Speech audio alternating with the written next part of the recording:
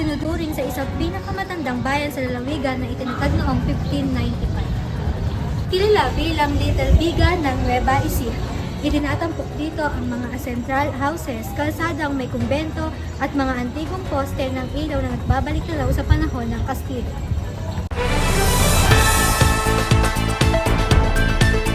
Ngayon, ito ay isang sikat na pasyalan at food park na may tunnel of lights at night market na nagpapakita ng pagsasama ng kasaysayan at modernong turismo.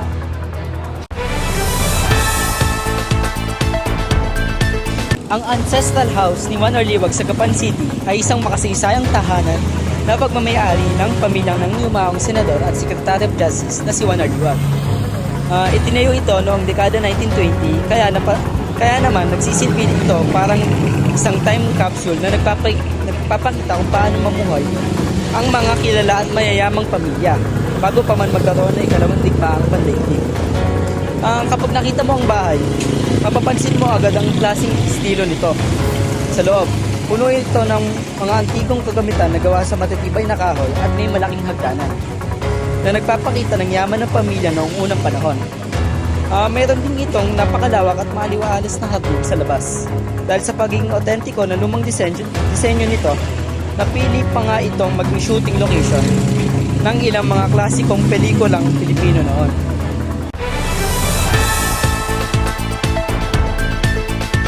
Ang simbahan ng Tatlong Hari, nakilala rin bilang pambansang dambana ng Birhen Divina Pastora, ay isa sa pinakamatanda at pinakamahalagang simbahan sa Nueva Ecija. Nagsimula ang kasaysayan nito noong 1595 nang itinatag ng mga paring Agustino ang isang pamayanang Katoliko sa Gapan City. Dahil dito isa sa mga pinakaunang sentro ng Kristyanismo sa bansa noong panahon ng mga Kastilyo. Sa panahong iyon, nilinis ng mga misyonaryo ang lugar at nagtayo ng unang simbahan kasama ang iba pang gusali na naging pundasyon ng bayan ng Gapan. Pagsapit ng 1770, inilipat ang pamamahala ng parokya mula sa mga Agustino patungo sa mga paring sekular.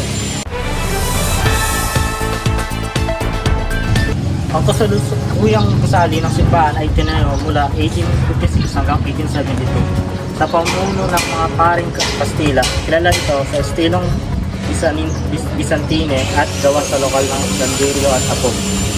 Sa loob ng simbahan, makikita ang malaking larawan ng banal at tatlo ng simboryo na ginawa noong unang bahagi ng 1900. Bukod dito, tanyag ang simbahan dahil sa negosyong sa Divina Pastora na paniniwalang gumagawa ng mga himala at inarayo ng mga devoto. Dahil sa kasalagan nito, idineklara itong pambansang dambana noong 1986 at noong 2023 itinaas ito bilang isang minor basilica ang kauna-unahan sa Nueva Ecija. Sa kasalukuyan, ang simbahan ay lumang lugar ng samba, kundi simbolo rin ng mga mayang kasaysayan at matibay ng pananampalataya ng mga taga-Gapan.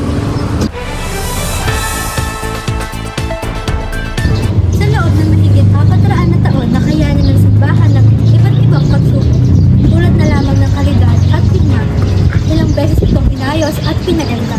Ngunit napanatili pa rin ang original nitong itsura at katangian na sumasalamin sa sining at artikulo ng panahon ng mga Kastila. Sa kasalukuyan, hindi lamang ito isang lugar ng pagsamba, kundi isa rin itong mahalagang makasaysayang palatandaan at pangunahing kasalan sa lungsod ng Gapan.